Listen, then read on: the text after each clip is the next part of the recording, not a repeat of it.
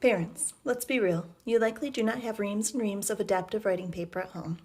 I wanted to take a brief minute to show you how you can make adaptive paper out of regular lined paper. Use of adaptive paper can give your child visual cues for correct letter placement, sizing, and spacing. Now, when I talk about placement, I use the terms ceiling letters, letters that touch the top line, first floor letters, letters that stay above the bottom line but do not touch the top line, and basement letters, letters that go below the bottom line. If you want more information on that, or feel your child needs practice in that area, please go to the handwriting module, and I've posted some videos with activities to help with that skill. Now, if you have a younger student, kindergarten, first grade, even some second graders, it'll be hard to fit the letters in this line. So what you can do is you can make this into a double.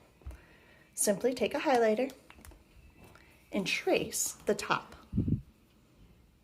I like to use yellow because it makes me think of the sun, and those letters should be reaching up towards the sky. Skip a line, take another highlighter, different color, and trace a bottom line. I like to use green for grass because your letters should be planted on the green line, and basement letters will go below the grass. Nice work. You'll just skip a line and do the same again.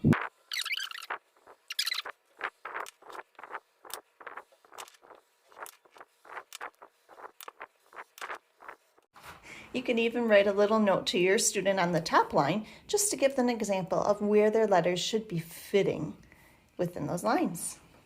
Very good. Now next, you might have an older student who can put their letters on these lines. Very simple solution for this. All you have to do is highlight the bottom half of each line. And then your students can be told that they need to keep their first floor letters within the yellow. I would always skip between them. Even just having your students skip a line on lined paper helps give them that little visual cue and helps with spacing and sizing.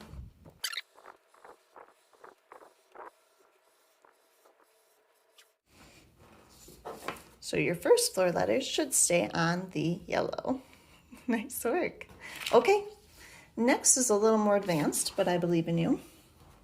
Sometimes we like to give students who are really struggling with keeping their letters above that bottom line. Some kids like to kind of dip below it, a tactile cue if those visual cues aren't enough. What you can do with this is use a hot glue gun. Simply glue along the bottom line. And that'll give your student that tactile cue where his pencil will automatically have to stop where you glued. Go ahead and fill up the page.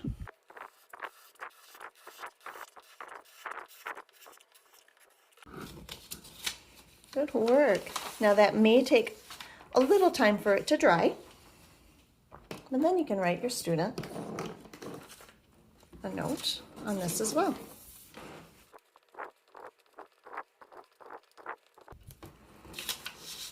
Nice work.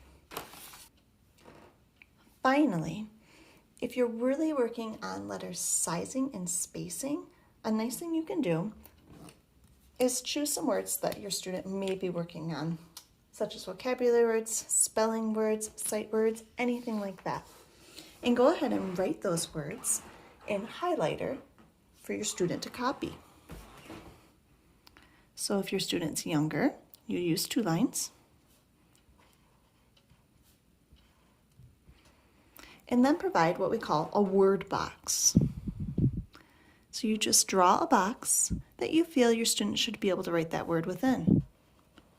Then your student will use a pencil to trace your letters and then copy the letters within the box, just like you had written it. Now, if you have an older student working on this goal, you can use 1 line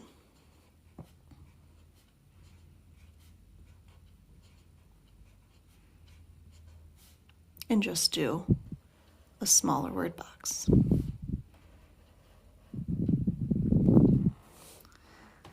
Another way I really like to do it, but it does require a little more time, is to do letter spaces. So if we do a word like elephant, I draw a box for each letter, and I'll make sure that you're making the spaces fit the space of the letter. So basement, ceiling, and first floor letters.